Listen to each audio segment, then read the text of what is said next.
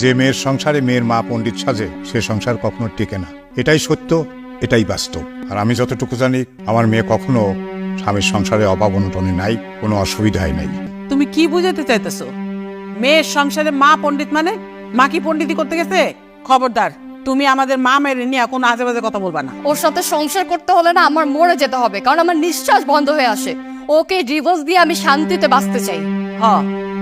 আমার মেয়ে বাঁচতে চায়।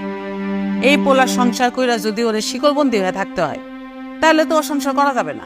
মা একদম ঠিকই বলছে, ওর মতো ছেলের সাথে না সংসার করা যায় না।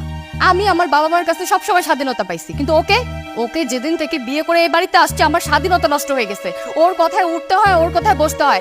আমি এরকম জেলখানা নামক সংসারে থাকতে পারবো না। আমার মেয়ের আমরা রাজরানীর মতন করে বড় করছি, আর আমার সেই মেয়ে ওর সংসারে আইসা চাকরানির মতন থাকবে, এটা কোনোদিনও সম্ভব না। আপনি তো মেয়ের মা, আপনি একটু চুপ করেন।